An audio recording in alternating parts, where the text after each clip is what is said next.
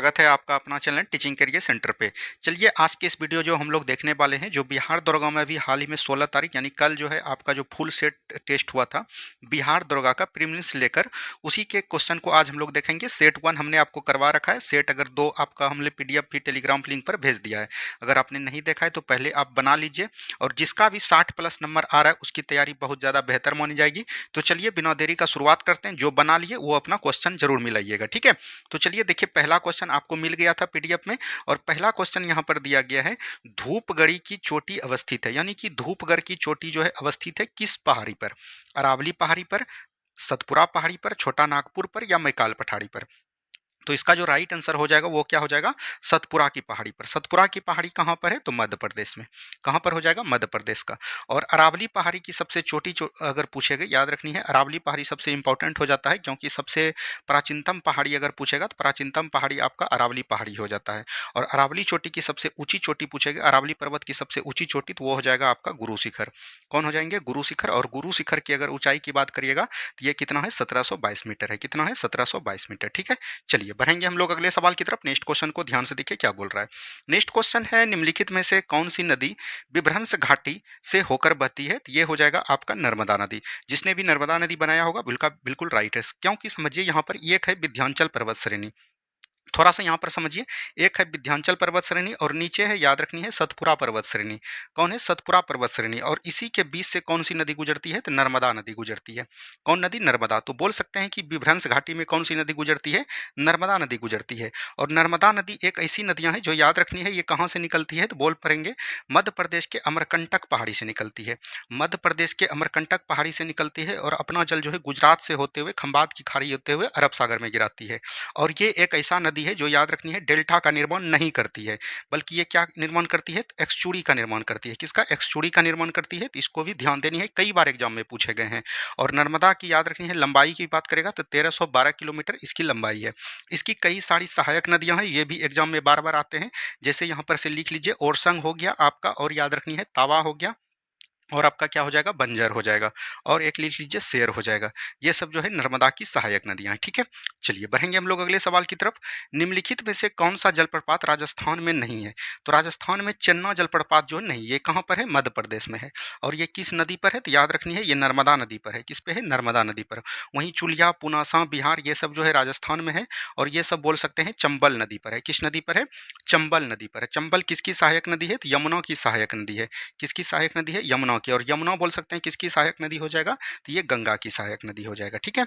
चलिए आगे की सवाल देखिएगा। भारत में औसत वार्षिक वर्षा कितना होता है? तो 125 सेंटीमीटर।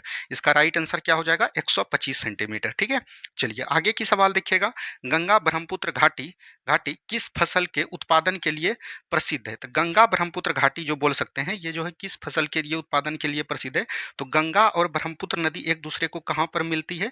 तो गंगा और ब्रह्मपुत्र की बात करेगा तो ये दोनों बोल सकते हैं ज़्यादातर जो है पूर्वोत्तर भारत में मिलती है, और यहाँ पर पश्चिम बंगाल लेके चल सकते हैं। और पश्चिम बंगाल में किसकी अधिक खेती होती है? तो जूट की खेती होती है। किसकी होती है? जूट की खेती होती है। अब यहाँ पर आया है गंगा और थोड़ा सा ब्रह्मपुत्र। तो गंगा नदी तो आप लोग जानते होंगे, ये जो है देवप्रयाग की धारा को हम लोग गंगा जानते हैं, और गंगा की कुल लंबाई कितनी है? 2525 किलोमीटर। पूछा जाएगा कि भारत की सबसे लंबी नदी कौन हो जाएगा? तो गंगा नदी हो जाएगा। इसकी कई सारी सहायक नदियां हैं, जैसे हो जाएगा आपका रामगंगा हो गया, गोमती हो गया, ठीक है, घग्गर हो गया। ये सब किसकी सहायक नदियां हैं? तो गंगा की सहायक नदियां हैं। वही ब्रह्मपुत्र की बात करेगा, ब्रह्मपुत्र नदी कहाँ से निकलती है? तो तिब्बत के मानसरोवर झील से निकलती है, और अपना जल जो है अरुणाचल प्रदेश के समीप भारत में गुजरती हुई अपना कहाँ लेके चल जाती है? बांग्लादेश में।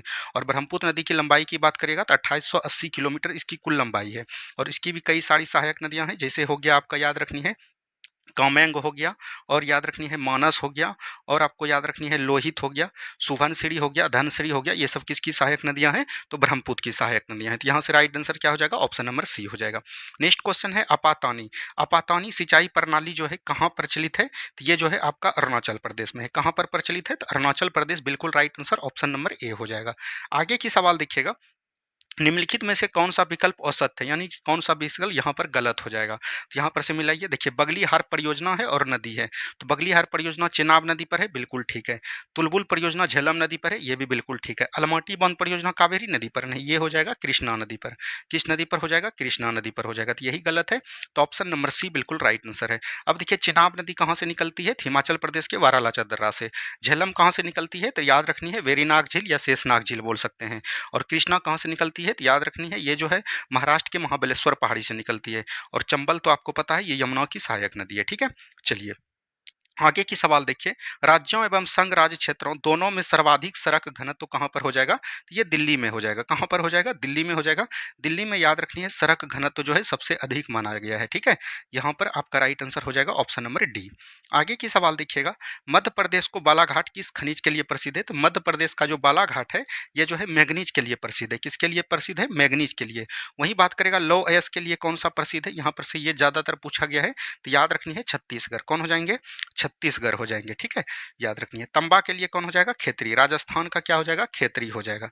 ये चीज ध्यान देनी है। एल्यूमिनियम के लिए कौन हो जाएगा? उड़ीसा हो जाएगा। कौन हो जाएगा? उड़ीसा हो जाएगा। आगे की सवाल देखिएगा, निम्नलिखित में से कौन सा भूतापीय ऊर्जा क्षेत्र नहीं है? तो दामोदर घाटी परियोजना तो है, पश्चिमी तट भी है। कृष्णा गोदावरी बेसिन जो है ये जो है याद रखनी है, ये एक प्रकार का बोल सकते हैं, ये हो जाता है कोरोमंडल तट। क्या हो जाता है? कोरोमंडल तट। और कोरोमंडल तट याद रखनी है एक प्रकार का भूतापीय ऊर्जा क्षेत्र नहीं है, ठीक है। तो ऑप्शन नंबर क्या हो जाएगा? ऑप्शन नंबर सी हो जाएगा। आगे की सवाल देखिएगा, न्यूनतम शिशु लिंगानुपात वाला केंद्र शासित प्रदेश कौन है? यानी कि न्यूनतम शिशु लिंगानुपात वाला केंद्र शासित प्रदेश की यहाँ पर बात करेगा तो वो कौन हो जाएगा? तो वो भी दिल्ली हो जाएगा। कौन हो जाएगा? दिल्ली हो जाएगा। इसको आपको ध्यान देनी है। आगे की सवाल की भरेंगे हम लोग, अलंग सोसिया क्या है? अलंग सोसिया एक प्रकार का जहाज पुनरावर्तन कारखाना है। क्या है? अलंग सोसिया क्या है? तो जहाज पुनरावर्तन कारखाना है। तो ऑप्शन नंबर ए बिल्कुल राइट आंसर हो जाएगा, ठीक है। आगे की सवाल देखिएगा, वियतनाम की राजधानी कहाँ हो जाएगी? हनोई हो जाएगी। कहाँ हो जाएगी? हनोई हो जाएगी। तो ऑप्शन नंबर डी बिल्कुल राइट आंसर आपका हो जाएगा, ठीक है। चलिए नेक्स्ट क्वेश्चन है, तुर्कमेनिस्तान की मुद्रा क्या है? यानी कि तुर्कमेनिस्तान की मुद्रा क्या है, ये चीज पूछा गया तो मनात हो जाएगा। क्या हो जाएगा? मनात हो जाएगा। पीसो कहाँ की मुद्रा है? तो याद रखनी है फिलीपींस की। क्या हो जाएगा? फिलीपींस की मुद्रा हो जाएगी क्या? पीसो, ठीक है। चलिए आगे की सवाल देखिएगा, नेक्स्ट क्वेश्चन है, लैंड ऑफ थंडरबोल्ट कहाँ है? यानी कि लैंड ऑफ थंडरबोल्ट जो है ये पूछा जा रहा है कि कहाँ है, तो याद रखनी है ये आपका हो जाएगा भूटान में है। कहाँ पर है? भूटान। अब देखिए यहाँ पर है भारत, नेपाल, पाकिस्तान। भारत याद रखनी है स्थलीय देशों के साथ सीमा साझा करती है और वो कितनी है? 7 है। तो यहीं पर भूटान आता है, भूटान के साथ 699 किलोमीटर का सीमा साझा कौन करते हैं? तो ये करते हैं भारत, ठीक है। और नेपाल के साथ 1751 किलोमीटर और पाकिस्तान के साथ की बात करेगा तो 3323 किलोमीटर। वहीं पूछेगा कि सबसे अधिक किसके साथ सीमा साझा करता है भारत? तो याद रखनी है वो हो जाएगा आपका बांग्लादेश। कौन हो जाएंगे? बांग्लादेश। बांग्लादेश के साथ कितना करता है? 4096 किलोमीटर। और ये आपका दरोगा में पूछा गया है, ठीक है। और सबसे अब हो सकता है कम आपको पूछ दे, तो याद रखनी है अफगानिस्तान। कौन हो जाएगी? अफगानिस्तान मात्र 106 किलोमीटर। तो ये सब चीज को एकदम ध्यान देनी है, ठीक है। चलिए आगे की सवाल देखिएगा, निम्नलिखित में से कौन सा महाजनपद बिहार में अवस्थित नहीं है? यानी कि कौन सा जनपद जो है बिहार में अवस्थित नहीं है? तो आपको पता है कि बिहार में कौन कौन है? अंग हो जाएगा। उसके बाद याद रखनी है मगध हो जाएगा। क्या हो जाएगा? मगध हो जाएगा। और एक आपका कौन हो जाएगा? बज्जी हो जाएगा। तो ये तीनों जो है बिहार में है। मल जो है नहीं है। मल कहाँ पर हो जाएगा? उत्तर प्रदेश का हो जाएगा। कहाँ पर हो जाएगा? उत्तर प्रदेश में। अब देखिए यहाँ पर से ये सवाल जो है, अब जो है यहाँ पर अंग की राजधानी क्या हो जाएगी? चंपा हो जाएगा। क्या हो जाएगा? चंपा हो जाएगा। बज्जी की राजधानी कहाँ पर है? वैशाली हो जाएगा। कहाँ पर हो जाएगा? वैशाली हो जाएगा, ठीक है। और यहाँ पर मगध की राजधानी क्या हो जाएगा? इसका राजगिरी हो जाता है। कई बार बिहार दरोगा में पूछ लिया, या तो राजगीर भी बोल सकता है। क्या बोल सकता है? राजगीर। या तो एक याद और नाम लिखिएगा गिरिब्रज। ये इस बार भी 1275 में भी पूछा गया। और मल्ल की राजधानी कहाँ हो जाएगा? कुशीनगर हो जाएगा। कहाँ पर हो जाएगा? कुशीनगर हो जाएगा, ठीक है। चलिए आगे की सवाल को देखेंगे, महात्मा बुद्ध की मृत्यु कब हुआ था? तो ये बार तो हम कई बार बताए हैं, तो यहाँ से राइट आंसर हो जाएगा 483 बीसी। यहाँ पर याद रखनी है बुद्ध बौद्ध धर्म का संस्थापक कौन हो जाएगा? महात्मा बुद्ध हो जाएंगे। कौन हो जाएंगे? महात्मा बुद्ध हो जाएंगे। महात्मा बुद्ध की जन्म की बात करिएगा, इसीलिए हम ये सब सवाल बताते हैं आपको कि कई बार एग्जाम में पूछे गए हैं। महात्मा बुद्ध का जन्म की बात करिएगा तो 563 बीसी में हुआ था। और ये कहाँ पर हुआ था? नेपाल के लुम्बिनी में हुआ था। और इनकी बात करिएगा, इनका पिताजी का भी नाम ध्यान दीजिए, क्या हो जाएगा? शुद्धोधन हो जाएंगे। क्या हो जाएगा? शुद्धोदन। और माता जी का नाम क्या हो जाएगा? तो महामाया हो जाएगा। क्या हो जाएगा? महामाया। पूछा गया है कि इनका जो है भरण पोषण किसने किया था? तो याद रखनी है वो हो जाएगा प्रजापति गौतमी। कौन हो जाएंगे? प्रजापति गौतमी हो जाएंगे। कौन हो जाएंगे? प्रजापति गौतमी। इनके पत्नी का नाम पूछा जाएगा आपसे, पत्नी का नाम याद रखनी है यशोधरा हो जाएगा। क्या हो जाएगा? यशोधरा हो जाएगा। इनके बचपन का भी नाम आपके एग्जाम में पूछा गया, तो इनके बचपन का नाम याद रखनी है आपको सिद्धार्थ। क्या नाम रखनी है? सिद्धार्थ नाम याद रखनी है। और याद रखनी है इनके पुत्र का भी नाम याद रखनी है आपको राहुल। क्या हो जाएगा? राहुल। इसने जो है धर्मचक्र प्रवर्तन किए। क्या किए? धर्मचक्र प्रवर्तन। किसको हम लोग बोलते हैं? कई बार एग्जाम में पूछे गए हैं, तो याद रखनी है बौद्ध धर्म जो सबसे पहला उपदेश दिया था उसको हम लोग किस नाम से जानते हैं? तो धर्मचक्र प्रवर्तन के सबसे पहला उपदेश कहाँ पर दिया था? सारनाथ के ऋषिपत्तनम में। ठीक है, तो यहाँ तक ध्यान दीजिएगा। और इसका मृत्यु कब हुआ था? 483 बीसी में हुआ था। और कहां पर हुआ था? कुशीनगर में हुआ था। कहां पर हुआ था? कुशीनगर में। ठीक है, चलिए बढ़ेंगे हम लोग अगले सवाल की तरफ। आर्यभट्ट किस शासक के दरबार में रहते थे? आर्यभट्ट की बात करेगा तो ये किसके शासक के दरबार में रहते थे? तो चंद्रगुप्त द्वितीय के दरबार में रहते थे। किसके दरबार में रहते थे? चंद्रगुप्त द्वितीय के दरबार में। और इसी के दरबार में याद रखनी है आपको एक चीज, याद रखनी है फाहियान। क्या याद रखेंगे? फाहियान। और याद रखनी है एक ह्वेनसांग। कौन रखेंगे? ह्वेनसांग। ह्वेनसांग जो है किसके दरबार में रहते थे? तो याद रखनी है हर्षवर्धन के दरबार में आए थे। किसके दरबार में आए थे? हर्षवर्धन के दरबार में चीनी यात्री आए थे। ठीक है, चलिए नेक्स्ट क्वेश्चन है, एहोल प्रस्तुति के रचनाकार कौन हो जाएंगे? तो रवि कीर्ति हो जाएंगे। कौन हो जाएंगे? रवि कीर्ति। और एहोल प्रस्तुति किस राजा से संबंधित है? तो पुलकेशिन द्वितीय से। किससे हो जाएगा? पुलकेशिन द्वितीय। और पुलकेशिन द्वितीय किस वंश से थे? चालुक्य वंश से थे। किस वंश से थे? चालुक्य वंश से थे। ठीक है, चलिए नेक्स्ट क्वेश्चन है, कैलाश मंदिर एलोरा निम्रित है। तो कैलाश मंदिर जो एलोरा जो है ये किस मतलब शैली में बना है? नागर शैली, बैसर शैली, द्रविड़ शैली, मथुरा शैली। तो राइट आंसर क्या हो जाएगा? नागर शैली हो जाएगा। ऑप्शन नंबर ए बिल्कुल राइट आंसर यहाँ पर से आपका हो जाएगा। ठीक है, चलिए आगे की सवाल देखिएगा क्या बोल रहा है। बलबन की रक्त एवं लौह नीति को त्यागने वाला पहला मध्यकालीन शासक था। देखिए बलबन की बात करेगा तो इनका कार्यकाल 1266 से लेके 1288 तक इनका कार्यकाल देखने को मिलता है। और इसमें जो बोला गया जलालुद्दीन फिरोज खिलजी ने, बलबन ने जो रक्त एवं लौह की नीति अपनाई थी, मतलब कि ये देखते थे कि कहीं भी कोई भी चीज़ हो रहा था, निम्न जाति के लोग हैं तो सीधा ये तलवार का उपयोग करते थे। इसीलिए इन्होंने जो है रक्त एवं लौह की नीति अपनाई। और इनका अपनाने का कई सारे कारण थे, जैसे कि इनके समय से पहले जितने भी शासक हुए वो उनके समय में बोल सकते थे कि शासक मतलब राजा और प्रजा में कोई भी अंतर नहीं था, इसीलिए इनको ये कदम उठाना पड़ा। तो राइट आंसर क्या हो जाएगा? ऑप्शन नंबर ए हो जाएगा। ठीक है, तो ये चीज़ ध्यान दीजिएगा। अब यहाँ पर याद रखनी है इसने जो है एक प्रथा चलाया था, उसको हम लोग किससे जानते हैं? दीवाने अर्ज। दीवाने अर्ज किससे संबंधित था? तो याद रखनी है सैन्य विभाग से। कई बार एग्जाम में पूछा गया है, किससे संबंधित हो जाएगा? सैन्य विभाग से हो जाएगा। और ये किसने चलवाया था? बलबन ने चलवाया था। तो राइट आंसर क्या हो जाएगा? ऑप्शन नंबर ए हो जाएगा। ठीक है, चलिए नेक्स्ट क्वेश्चन है। यहाँ पर हम ज्यादा डिस्कस नहीं कर रहे हैं, आपको क्वेश्चन दे रहे हैं कि आप भी बोर ना हो और आप जल्दी जल्दी मिलाते हुए चलें। ठीक है, चलिए नेक्स्ट क्वेश्चन है, बुंदेला राजपूतों का विद्रोह किस मुगल शासक के समय हुआ था? बुंदेला राजपूतों का विद्रोह की बात करेगा तो ये शाहजहां के समय हुआ था। किसके समय हुआ था? शाहजहां। शाहजहां याद रखनी है मुगल शासक के मुगल वंश के एक शासक हुआ। और इनको हम लोग क्या बोलते हैं? इनको हम लोग बोलते हैं बोल सकते हैं स्थापत्य कला का स्वर्णकाल। क्या बोलेंगे? स्थापत्य कला का स्वर्णकाल। स्थापत्य कला का स्वर्णकाल किसको बोला जाता है? किस शासक के काल को? तो याद रखनी है ये बोले जाते हैं शाहजहां के काल को। शाहजहां ने याद रखनी है ताजमहल बनवाया। क्या बनाया? ताजमहल बनवाया। तो याद रखनी है ताजमहल। और ताजमहल की बात करिएगा रूपरेखा किसने तैयार किया था? तो अब्दुल ईसा ने। किसने किया था? अब्दुल ईसा ने। ठीक है, और इसको बनाया था किसने? तो याद रखनी है अब्दुल हमीद लाहड़ी। क्या याद रखेंगे? अब्दुल हमीद लाहड़ी। ये दोनों सवाल जो है आपको पूछा गया है बीपीएससी में, इसीलिए इसको हमने लिखवा दिया। ठीक है, चलिए नेक्स्ट क्वेश्चन है, निम्नलिखित में से किसका संबंध लॉर्ड इरविन से नहीं है? लॉर्ड इरविन से पूछ रहा है कि किसका संबंध नहीं है। कांग्रेस का सर्वदलीय सम्मेलन इसमें था, शारदा अधिनियम में था, चटगांव सत्याग्रह पर हमला था, द्वितीय गोल सम्मेलन के समय याद रखनी है यहाँ पर इरविन नहीं थे, यहाँ पर कौन हो जाएंगे? वेलिंगटन हो जाएंगे। कौन हो जाएंगे? वेलिंगटन हो जाएंगे। ठीक है, द्वितीय गोल में सम्मेलन में भाग लेने वाले कांग्रेस की तरफ से किसने भाग लिया था? तो याद रखनी है महात्मा गांधी ने। किसने भाग लिया था? महात्मा गांधी ने भाग लिया था। ठीक है, चलिए आगे की सवाल हम लोग बढ़ेंगे। राष्ट्रवादी अहरार आंदोलन किसके द्वारा प्रारंभ किया गया था? तो ये मजहर उल हक के द्वारा। किसके द्वारा? मजहर उल हक के द्वारा जो है राष्ट्रवादी अहरार आंदोलन को स्टार्ट किया गया था।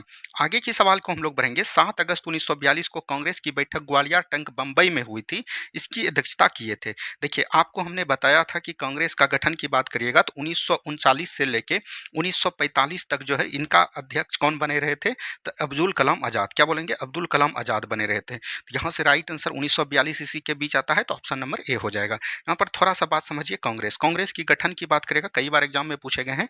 तो 28 दिसंबर 1885 को हुआ था। कब हुआ था? 1885 को हुआ था।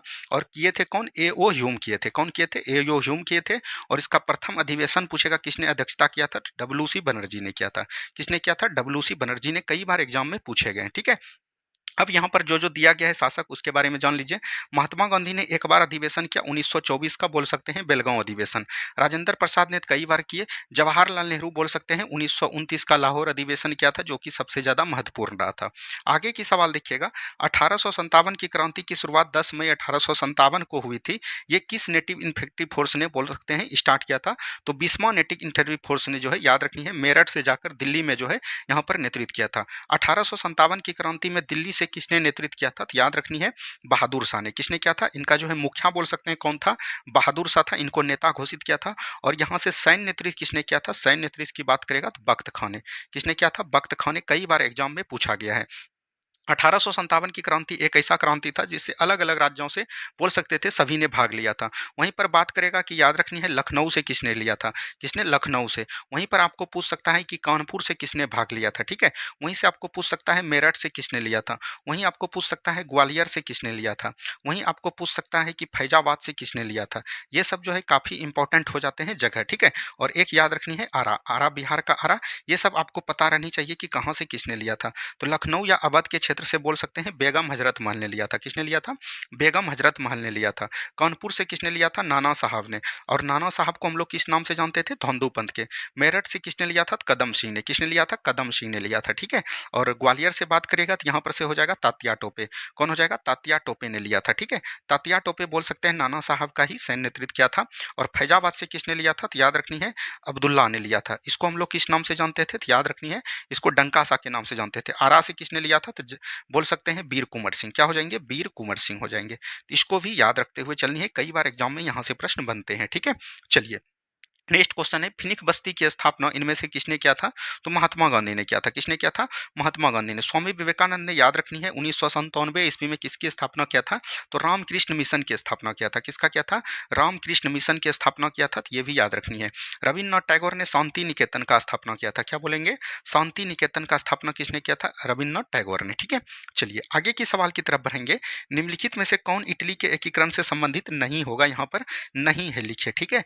नहीं है क्योंकि ये तीनों तो है, वेक्टर एम्यूनल, काउंटर काबूर और मेजनी, ये तीनों है। मैटरनिक नहीं है, तो यहाँ पर से राइट आंसर हो जाएगा ऑप्शन नंबर डी। अगर आपने बनाया होगा तो वहां पर आपको पता है कि ज्यादातर सी मारे होंगे, तो यहाँ पर राइट आंसर क्या हो जाएगा? ऑप्शन नंबर डी हो जाएगा, ठीक है। चलिए, राष्ट्रसंघ की स्थापना कब हुआ था? तो 10 जनवरी 1920 को हुआ था। कब हुआ था? 10 जनवरी 1920 को हुआ था। वहीं 24 अक्टूबर 1945 की बात करेगा तो यहाँ पर यूएनओ की स्थापना की गई थी। 24 अक्टूबर 1945 की बात करेगा तो यहाँ पर यूएनओ की स्थापना किया गया था। और यूएनओ का मुख्यालय कहाँ पर है? न्यूयॉर्क में है। कहाँ पर है? न्यूयॉर्क में है, ठीक है। चलिए नेक्स्ट क्वेश्चन देखिए क्या बोला गया। सर्वाधिक मत प्राप्ति के आधार पर जीत भारतीय चुनाव प्रणाली में किस देश से ग्रहण किया गया? मतलब बोल सकते हैं जैसे कि आपका विधानसभा का चुनाव होता है, ठीक है, और बोल सकते हैं लोकसभा का चुनाव होता है। लोकसभा हो गया, आपका ग्राम पंचायत का चुनाव होता है, ग्राम पंचायत, नगर निगम, ये सब जो होता है, मतलब कि बोल सकते हैं कि वोट के आधार पर उनको राजा बना दिया जाता है। मान के चलिए कि आपके विधानसभा क्षेत्र में 2 प्रत्याशी खड़ा हुए, मतलब कहने का मतलब हुआ कि प्रत्यक्ष निर्वाचन प्रणाली, मतलब कि जिसको अधिक मत प्राप्त हुआ वो जो है वहां का नेता बना दिया जाता है। ये किसके संविधान से लिया गया था? ब्रिटेन के संविधान से। और आप बता सकते हैं कि हमने पॉलिटी में उस दिन पढ़ाया था, राष्ट्रपति हो गया, उपराष्ट्रपति हो गया, ठीक है, ये सब की जो बोल सकते हैं इनका जो चुनाव होता है वो अप्रत्यक्ष चुनाव प्रणाली के द्वारा होता है। किसके द्वारा? अप्रत्यक्ष चुनाव प्रणाली के द्वारा होता है, तो इसको भी याद रखनी है, ठीक है। चलिए नेक्स्ट क्वेश्चन देखिए, भारतीय संविधान की 11वीं अनुसूची किनके बीच शक्तियों का विभाजन करती है? तो संघ और पंचायत के बीच करती है। किसके बीच? संघ और पंचायत के बीच। 11वीं अनुसूची में किसका वर्णन किया गया है? पंचायती राज व्यवस्था का वर्णन किया गया है। और इसको किस संविधान संशोधन द्वारा जोड़ा गया? 73वां संविधान संशोधन 1992 के द्वारा जोड़ा गया। और इसमें बोल सकते हैं कुल 29 विषय को लिया गया। कितना विषय? 29 विषय को लिया गया, ठीक है। चलिए नेक्स्ट क्वेश्चन है, निवारक निरोध कानून उल्लिखित है, तो ये अनुच्छेद 21 में है। अब अनुच्छेद 21 को देखिए, धार्मिक स्वतंत्रता के अनुच्छेद कितना से आता है, 25 से लेके 28 तक आता है। शोषण के विरुद्ध अधिकार की बात करेगा तो 23 से लेके 24 तक जाता है। स्वतंत्रता का अधिकार की बात करेगा तो 19 से लेके 22 तक जाता है। समानता के बीच अधिकार की बात करिएगा तो 14 से लेके 18 तक जाता है। तो राइट आंसर क्या हो जाएगा, इसी के बीच आएगा 21, तो राइट आंसर हो जाएगा ऑप्शन नंबर सी। अब यहाँ पर ये सब जो संबंधित अनुच्छेद हैं, एक प्रकार का बोल सकते हैं आपका मौलिक अधिकार है। क्या है, मौलिक अधिकार है। मौलिक अधिकार की बात करेगा, ये संविधान के किस भाग में है, तो भाग 3 में है। अनुच्छेद की बात करेगा तो 12 से 35 तक आते हैं। तो अनुच्छेद 14 में क्या बोला गया है, विधि के समक्ष समानता। 15 में बोला गया धर्म जाति लिंग के आधार पर किसी में भेदभाव नहीं किया जाएगा। 16 में बोला गया अवसर की समानता। 17 में बोला गया अश्लीलता का अंत यानी छुआछूत का अंत। 18 में बोला गया उपाधियों का अंत। 19 में बोला गया अभिव्यक्ति की स्वतंत्रता। 20 में बोला गया दोष सिद्धि के विरुद्ध संरक्षण। 21 में बोला गया प्राणीन एवं दैहिक स्वतंत्रता। अनुच्छेद 22 में बोला गया गिरफ्तारी के विरुद्ध संरक्षण। अनुच्छेद 23 में बोला गया बलात्श्रम एवं बेगारी प्रथा। अनुच्छेद 24 में बोला गया है कि 6 वर्ष या 14 वर्ष के कम बच्चे को जो है कारखानों में आप शामिल नहीं कर सकते। 25 में बोला गया धार्मिक स्वतंत्रता। 26 में बोला गया धार्मिक कार्यों का प्रबंधन। 27 में बोला गया है, याद रखनी है, कोई भी विद्यालय बोल सकते हैं, सॉरी 27 में बोला गया है धार्मिक कार्य के लिए अगर आप टैक्स धन इकट्ठा कर रहे हैं तो वहां पर टैक्स नहीं दिया जाएगा। 28 में बोला गया सरकारी विद्यालय में धार्मिक शिक्षा नहीं दी जाएगी। 29 में बोला गया अल्पसंख्यक वर्गों के हितों के संरक्षण। 30 में बोला गया अल्पसंख्यक वर्ग के जितने भी वर्ग के हित रहेंगे वहां पर जो है अपना शिक्षक संस्थान खोल सकते हैं और वहां पर शासन प्रशासन कर सकते हैं। 31 को निरस्त कर दिया था, इसमें संपत्ति का अधिकार था। और 32 में बोला गया संवैधानिक उपचार। और ये सभी अनुच्छेद जो हमने आपको बताते हैं डेली डेली, तो आपको याद हो गया होगा। अगर नहीं भी हुआ है तो डेली देखिए और जो है डेली आपको याद हो जाएगा। और इस सब अनुच्छेद को हम बहुत ही डिटेल है, कल जो पॉलिटी का क्लास हुआ था उसमें 1 घंटा लगभग पूरा पॉलिटी आपको समाप्त वहाँ पर हो जाएगा, ठीक है? तो उसको एक बार जरूर देख लीजिएगा। नेक्स्ट क्वेश्चन यहाँ पर दिया गया है। नेक्स्ट क्वेश्चन है अनुच्छेद 42 राज्य को शक्ति प्रदान करता है। तो अनुच्छेद 42 में हमने क्या बताया था, प्रस्तुति सहायता। प्रस्तुति सहायता को हम लोग क्या बोलते हैं, मातृक सहायता बोलते हैं। क्या बोलेंगे, मातृक सहायता। ये चीज़ याद रखनी है। और इसी में न्याय संगत विधियाँ हैं। कर्मचारियों को निर्वाह मजदूरी एवं कुटीर उद्योगों को बढ़ावा देना, यह अनुच्छेद 43 में हो जाएगा। सहकारी समिति का उन्नयन, ये 43 का ख हो जाएगा, ठीक है? और देखिए कार्य के न्याय संगत और मानवीय दशाओं का तथा मातृक सुरक्षा हेतु उपबंध, यही राइट आंसर हो जाएगा ऑप्शन नंबर सी। स्त्रियों एवं पुरुष के समान वेतन के लिए कितना हो जाएगा, 39 हो जाएगा। तो ये सब अनुच्छेद को ध्यान देनी है। मौलिक अधिकार और डीपीएसपी यानी राज्य के नीति निर्देशक सिद्धांत हमने बार बार डेली आपको बताते हैं ताकि आपको याद हो जाए, एग्जाम में आप गलती नहीं करें। यहाँ से 2 अनुच्छेद लगभग पूछ ही दिए जाते हैं दोनों शिफ्ट में, ठीक है? चलिए नेक्स्ट क्वेश्चन देखिएगा, राज्यपाल का मुख्य सलाहकार कौन होता है? तो अनुच्छेद 164 को पढ़िएगा तो यहाँ पर दिया गया है राज्यपाल के कार्य को सलाह एवं शक्ति देने के लिए एक मंत्रिमंडल का गठन किया जाएगा, सॉरी मंत्रिपरिषद का गठन किया जाएगा। और उसका मुखिया कौन हो जाएगा, प्रधान मुख्यमंत्री हो जाएगा यानी सीएम हो जाएगा। तो इसकी याद रखनी है, राइट आंसर क्या हो जाएगा, ऑप्शन नंबर ए हो जाएगा। आगे की सवाल देखिएगा, भारत में महिलाओं को पहली बार मताधिकार कब प्राप्त हुआ था? ये तो 1919 के अधिनियम में ही स्टार्ट हो गया था, लेकिन पद जो हुआ था 1926 में। वोटिंग देने का अधिकार कब मिला था, तो 1926 में मिला था। तो राइट आंसर क्या हो जाएगा, ऑप्शन नंबर बी हो जाएगा, ठीक है? चलिए नेक्स्ट क्वेश्चन देखिए, इनमें से कौन संविधान सभा की प्रारूप समिति का सदस्य नहीं था? प्रारूप समिति की बात करेगा तो इसका गठन 29 अगस्त 1947 को किया गया था। और इसमें 7 सदस्य थे। 7 सदस्य का अध्यक्ष जो इनको बनाया गया था, बी.आर. अम्बेडकर को बनाया गया था, ठीक है? तो यहाँ पर देखिए एन.जी. रंगा थे, यानी कि बोल सकते हैं गोपाल स्वामी अयंगर थे, के.एम. मुंशी थे, कृष्ण स्वामी अय्यर थे, बी.एन. राव नहीं थे। कौन थे, बी.एन. राव नहीं थे। तो यहाँ पर से ये सब चीज को ध्यान देनी है। आगे की सवाल देखिएगा, निम्न में से राज्य सूची का विषय नहीं है। ये सीमा कर जो है ये संघ सूची का विषय है। किसका है, संघ सूची का विषय है। तो यहाँ पर से right answer option number D हो जाएगा। आगे की सवाल देखिएगा, निम्नलिखित में से बिना संसद सदस्य हुए भी उसके कार्रवाई में भाग लेने तथा संसद को बोलने का पदाधिकार होता है, ये कौन करते हैं? तो याद रखनी है, ऐसे पर्सनैलिटी वाले व्यक्ति को हम लोग महान्यायवादी या अटॉर्नी जनरल ऑफ इंडिया बोलते हैं, ठीक है? और इसकी चर्चा संविधान के 88 के क्लाउज 3 में किया गया है। तो ये भी चीज ध्यान दीजिएगा। और महान्यायवादी की चर्चा संविधान के 86 में है। अभी आप लोग बोल सकते हैं कि वर्तमान में आपका जो महान्यायवादी है वो कौन हो जाएगा, तो आर वेंकट रमन हो जाएंगे। कौन हो जाएंगे, आर वेंकट रमन हो जाएंगे, ठीक है? चलिए नेक्स्ट क्वेश्चन की बात करिएगा, निम्नलिखित में से कौन सा मामला उच्चतम न्यायालय के मूल अधिकारिता के श्रेणी में नहीं आता है? तो यहाँ पर से ऑप्शन नंबर बी देखिएगा, अंतर्राज्यीय जल विवाद, यानी कि अंतर्राज्यीय मतलब कि दो राष्ट्र के बीच की, जब दो देश की जब बीच की बात करेगा तो यह कौन करते हैं? तो याद रखनी है, नीदरलैंड में इसका मुख्यालय है। और ये कौन हो जाएंगे? तो याद रखनी है, अंतर्राष्ट्रीय न्यायालय करते हैं। कौन करते हैं? अंतर्राष्ट्रीय न्यायालय इसका देखरेख करते हैं। तो ये भी चीज ध्यान दीजिएगा। जैसे दो देशों के बीच सिंधु जल समझौता को आप पढ़े होंगे, और वहां पर किसकी अध्यक्षता में हुआ था? तो याद रखनी है, विश्व बैंक की अध्यक्षता में। किसके अध्यक्षता में? विश्व बैंक की अध्यक्षता में। तो ये जो है उच्चतम न्यायालय के अधिकार में नहीं आता है, ठीक है? तो राइट आंसर क्या हो जाएगा, ऑप्शन नंबर बी हो जाएगा। आगे की सवाल देखिएगा, निम्नलिखित में से किस राज्य की राज्यसभा प्रतिनिधित्व सर्वाधिक है? यहाँ पर से देखिए बिहार में हो जाएगा 16 और कर्नाटक में हो जाएगा आपका लगभग 12, पश्चिम बंगाल में भी 16 है और ये तमिलनाडु हो जाएगा, तमिलनाडु में लगभग 18 है। इसको एक बार देख लीजिएगा। तो राइट आंसर क्या हो जाएगा? Option number C. Next question देखिए, केंद्रीय प्रशासनिक अधिकरण का गठन कब किया गया था? केंद्रीय प्रशासनिक अधिकरण का गठन की बात करेगा तो ये कब किया गया था, ये चीज पूछा गया। तो याद रखनी है 1985 में किया गया था। कब किया गया था? 1985 में। नेक्स्ट क्वेश्चन है, प्रथम बार लोक लेखा समिति के अध्यक्ष के रूप में किसे मनोनीत किया गया था? किसे किया गया था? तो मीनू मसानी को किया गया था। किसको किया गया था? मीनू मसानी को किया गया था। यहाँ पर बात आता है लोक लेखा। लोक लेखा समिति में याद रखनी है, यहाँ पर से पूछा जाएगा कि इसमें कितने सदस्य होते हैं। तो लोक लेखा समिति में कुल 22 सदस्य होते हैं, जिसमें कि 15 बोल सकते हैं लोकसभा से और 7 जो होता है राज्यसभा से होता है। ये कई बार एग्जाम में पूछे गए हैं। ठीक है, चलिए नेक्स्ट क्वेश्चन है, किसी देश की आर्थिक समृद्धि का सर्वाधिक उपयुक्त मापदंड क्या होता है? प्रति व्यक्ति आय कहलाता है। क्या कहलाता है? प्रति व्यक्ति आय कहलाता है। नेक्स्ट क्वेश्चन है, राष्ट्रीय आय लेखांकन का जन्मदाता किस अर्थशास्त्री को माना जाता है? लेखांकन का जन्मदाता पूछेगा तब ये हो जाएगा साइमन कुजनेट्स। कौन हो जाएंगे? Simon Kuznets. वहीं अर्थशास्त्र का पिता पूछेगा तब हो जाएगा एडम स्मिथ। ठीक है, चलिए नेक्स्ट क्वेश्चन है, प्राथमिक घाटा क्या है? तो राजकोषीय घाटा में सरकार द्वारा ब्याज भुगतान को हम लोग क्या बोलते हैं? प्राथमिक घाटा बोलते हैं। तो ऑप्शन नंबर ए ही यहाँ पर राइट आंसर होगा। नेक्स्ट क्वेश्चन देखिए, ये जो मिनी गुणांक नहीं गिनी गुणांक होगा।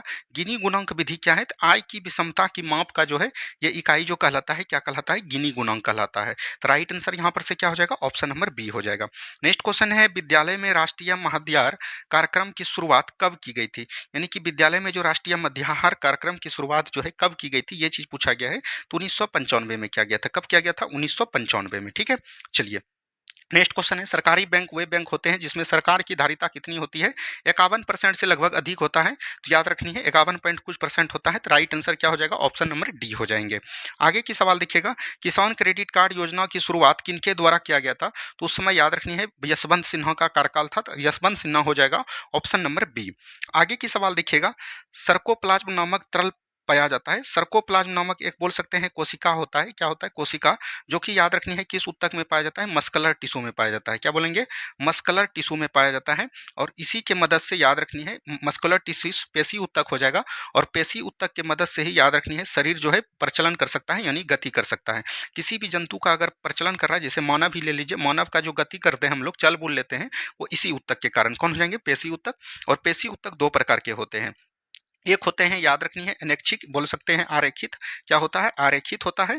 और एक होता है रेखित। क्या होता है? रेखित। आरेखित पेशी किसको कहते हैं? जो कि हमारे इच्छा के अनुरूप कार्य नहीं करे। जैसे आपका किडनी है, आहार नल है, आपके इच्छा के अनुरूप कार्य नहीं करता तो उसको आरेखित पेशी कहते हैं। और रेखित पेशी किसको कहते हैं? जो कि हमारे इच्छा के अनुरूप काम करे, मतलब कि हाथ हो गया, पैर हो गया, उसको हम लोग रेखित पेशी कहते हैं। तो राइट आंसर क्या हो जाएगा? Option number B. और उत्तक का अध्ययन क्या कहलाता है? तो याद रखनी है हिस्टोलॉजी। क्या कहलाएगा? हिस्टोलॉजी करेगा। ठीक है, चलिए नेक्स्ट क्वेश्चन देखिए, महाधमनी निकलती है तो महाधमनी बाएं नीले से निकलती है। कहां से निकलती है? बायां नीले हो जाएगा option number B. Next question है, मेटाकार्पल अस्थि पाई जाती है तो हथेली की हड्डी को हम लोग क्या बोलते हैं? मेटाकार्पल बोलते हैं। कार्पल्स कहां पर पाया जाता है? कलाई में। ठीक है, चलिए नेक्स्ट क्वेश्चन है, प्रोटेस्ट ग्लैंड पुरुष तक भाग है तो ये नर जनन तंत्र का है। किसका है? नर जनन तंत्र का है। नेक्स्ट क्वेश्चन है, नील हरित शैवाल। नील हरित शैवाल जो है किस जगत के जीव है? याद रखनी है ये एक प्रकार का पौधा नहीं इसको मान सकते हैं, ये एक प्रकार का क्या है? जीवाणु है, मतलब बैक्टीरिया है। और जीवाणु को हम लोग किसके श्रेणी में पढ़ते हैं? मोनेरा में। किसमें? मोरोना में। प्रोटिस्टा में हम लोग किसको पढ़ते हैं? प्रोटोजोआ को। क्या बोलेंगे? प्रोटोजोआ को किसके श्रेणी के अंतर्गत रखा गया है? प्रोटिस्टा में। फंगी में कौन है? कवक है। और प्लांटी में क्या है? पौधा है। कौन है? पौधा। एक और आपका एनिमल फलम क्या होता है? तो याद रखनी है एनिमल। एनिमल में क्या रखे हैं? जंतु को रखे हैं। और ये जो 5 जगत का किंगडम दिया था, ये किसने दिया था? तो याद रखनी है व्हिटकर ने दिया था। किसने दिया था? व्हिटकर ने दिया था। ठीक है, ये चीज याद रखनी है। आगे की सवाल को देखेंगे, निम्नलिखित में से कौन सा रोग प्रोटोजोआ के कारण होता है? सिफिलिस जो है ये जीवाणु के कारण होता है। किसके द्वारा? जीवाणु। और प्लेग टिटनस ये भी जीवाणु के कारण होता है। पेचिस रोग जो है याद रखनी है ये किसके द्वारा होता है? प्रोटोजोआ के द्वारा होता है। ठीक है, और प्रोटोजोआ के द्वारा जो होता है याद रखनी है ये जो होता है एंट एमीबा हिस्टोलिका द्वारा। किसके द्वारा? एंट एमीबा एमीबा याद रखनी है हिस्टोलिका के द्वारा ये पेचिस रोग होता है। ठीक है, चलिए आहार नाल का पहला भाग, आहार नाल की बात करेगा तो इनका लंबाई 8 से 10 मीटर होता है और ये जो है कहाँ से स्टार्ट होता है, मुख गुहा से, यानी प्रथम भाग हो जाएगा मुख गुहा और अंतिम की बात करेगा तो अंतिम हो जाएगा आपका बड़ी आंत। बड़ी आंत का याद रखनी है कौन हो जाएगा, एल्बुलाई हो जाएगा। तो ऑप्शन नंबर बी बिल्कुल, डी बिल्कुल राइट आंसर हो जाएगा। नेक्स्ट क्वेश्चन की बात करेगा, स्वस्थ रक्तकण डब्ल्यूबीसी का निर्माण कहाँ पर होता है, तो लिम्फ नोड, यकृत और प्लीहा तीनों में होता है। तो ऑप्शन नंबर डी हो जाएगा बिल्कुल राइट आंसर। आगे की सवाल देखिएगा, निम्नलिखित में से प्रकाश ऊर्जा को विद्युत ऊर्जा में कौन सा यंत्र बदलता है, तो प्रकाश विद्युत सेल हो जाएगा। मोमबत्ती जो है रासायनिक ऊर्जा को प्रकाश ऊर्जा में बदलता है, तो ये आपको ध्यान देनी है। आगे की सवाल देखिएगा, एक आदर्श तरल की सांद्रता क्या होता है, शून्य होता है। क्या होता है, शून्य होता है। नेक्स्ट क्वेश्चन है, अनुप्रस्थ तरंग किस माध्यम में उत्पन्न नहीं किया जा सकती है, यानी कि अनुप्रस्थ तरंग जो है किस माध्यम में उत्पन्न नहीं किया जा सकता है, ये याद रखनी है। तो द्रव के भीतर जो है हम लोग अनुप्रस्थ तरंग को, यानी कि अनुप्रस्थ तरंग किसको कहते हैं, प्रकाश तरंग को, तो प्रकाश तरंग को हम लोग द्रव के भीतर उत्पन्न नहीं कर सकते हैं। नेक्स्ट क्वेश्चन है, यदि वायु ध्वनि की चाल की दिशा में वह रही है तो ध्वनि की चाल और तीव्रता पर क्या प्रभाव पड़ता है, तो दोनों की चाल जो है क्या होगा, बढ़ जाएगा। क्या हो जाएगा, दोनों की चाल, यानी कि ध्वनि की चाल भी और दिशा दोनों जो याद रखनी है, बढ़ जाएगा। ठीक है, चलिए नेक्स्ट क्वेश्चन है, जब वस्तु का भार उस पर लगने वाले उत्प्लावक बल से कम हो तो इस स्थिति को क्या कहते हैं, याद रखनी है। यहाँ पर कोई हमने लिया, यहाँ पर जल भरा हुआ है और यहाँ पर उत्प्लावक बल से बोल रहा है कि कम हो, यानी कि वस्तु का भार जो है क्या है, कम है। तो वस्तु क्या होगा, या तो तैरेगा या तो थोड़ा सा उसमें वस्तु तैरती रहती है, कुछ तरफ भाग के ऊपर रहता है। तो ऑप्शन नंबर डी बिल्कुल राइट आंसर हो जाएगा। ठीक है, चलिए नेक्स्ट क्वेश्चन है, अवतल दर्पण में जब वस्तु फोकस और ध्रुव के बीच स्थित हो तो उसका प्रतिबिंब कहाँ बनेगा, ये चीज बोला गया, तो उसमें दर्पण के पीछे बनेगा। कहाँ बनेगा, दर्पण के पीछे बनेगा। ठीक है, चलिए नेक्स्ट क्वेश्चन है, कैथोड किरणों के संबंध में निम्नलिखित में से कौन सा विकल्प सही नहीं है। ये किरणें गैसों को आयनीकृत करती है, बिल्कुल ठीक है, गैस तो करती ही है। जब ये किरणें उच्च परमाणु क्रमांक वाले धातुओं पर गिरती है तो अल्फा किरण उत्पन्न करती है, बिल्कुल ठीक है। ये किरणें धनावेशित होती है, नहीं ऋणावेशित होती है। क्या होती है, ऋणावेशित। वहीं एनोड की बात करेगा तो वो धनावेशित होती है, तो यही आपका गलत है, तो यही बिल्कुल राइट आंसर हो जाएगा। नेक्स्ट क्वेश्चन है, ट्राई नाइट्रोटाइलून टीएनटी एक क्या है, तो विस्फोटक है। क्या है, एक प्रकार का विस्फोटक हो जाएगा। तो बिल्कुल right answer option number D, जिसने लगाया होगा बिल्कुल ठीक है। नेक्स्ट क्वेश्चन है, कोलाइडी विलयन को किस तिथि द्वारा शुद्ध किया जाता है, तो अपोहन विधि द्वारा। किसके द्वारा, अपोहन विधि द्वारा जो है कोलाइडी विलयन को हम लोग शुद्ध करते हैं।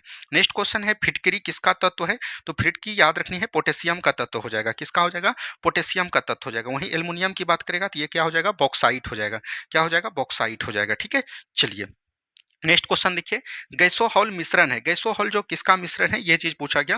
तो गैसोहॉल पेट्रोल और अल्कोहल का मिश्रण है। किसका है, पेट्रोल तथा अल्कोहल का मिश्रण को हम लोग क्या बोलते हैं, गैसोहॉल बोलते हैं। नेक्स्ट क्वेश्चन है, जब सीमेंट के साथ बालू व जल, जब सीमेंट के साथ सिर्फ बालू जल पूछेगा तब तो वो हो जाएगा मॉर्टर। क्या हो जाएगा, मॉर्टर। और इसी के साथ जब कंकर मिला देगा या गिट्टी मिला देगा तब हम इसको क्या बोलते हैं, कंक्रीट बोलते हैं। तो इसको भी याद रखनी है। आगे की सवाल देखिएगा, निम्नलिखित में से कौन एंटीसेप्टिक नहीं है, यानी कि एंटीसेप्टिक नहीं है, तो ये किरोसिन जो है एक प्रकार का एंटोसेप्टिक नहीं है। तो ऑप्शन नंबर डी बिल्कुल राइट आंसर हो जाएगा। ठीक है, चलिए कांच घुलनशील होता है, कांच जो है हाइड्रोफ्लोरिक अम्ल में घुलनशील होता है, ये तो आप लोग को पता होगा। तो ऑप्शन नंबर डी हो जाएगा।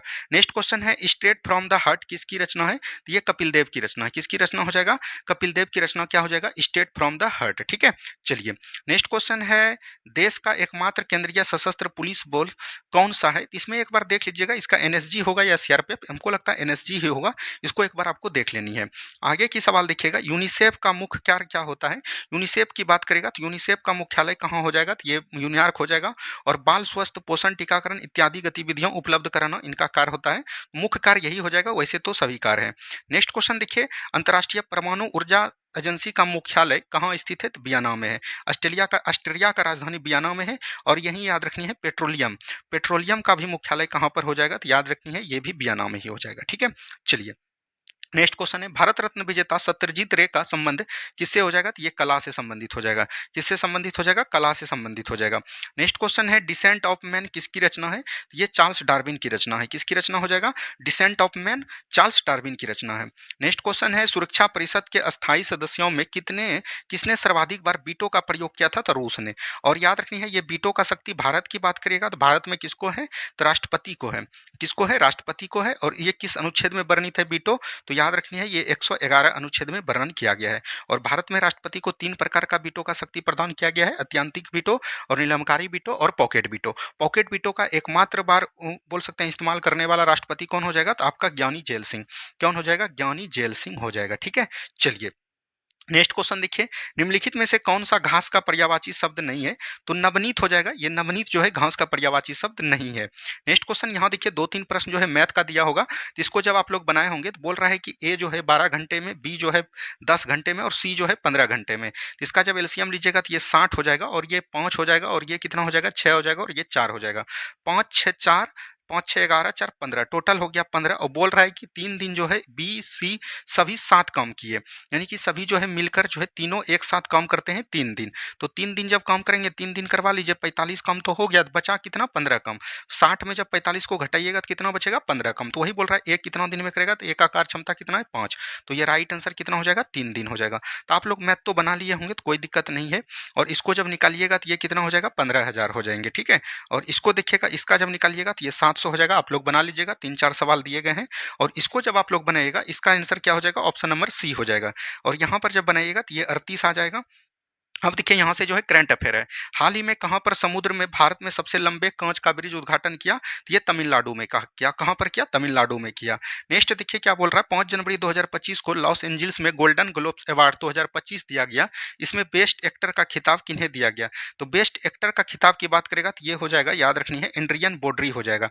कौन हो जाएगा? लगभग जो है एंड्रियन बॉडी ही हो जाएगा। इसको एक बार आप लोग को देख लेनी है, तो ऑप्शन नंबर ए हो जाएगा।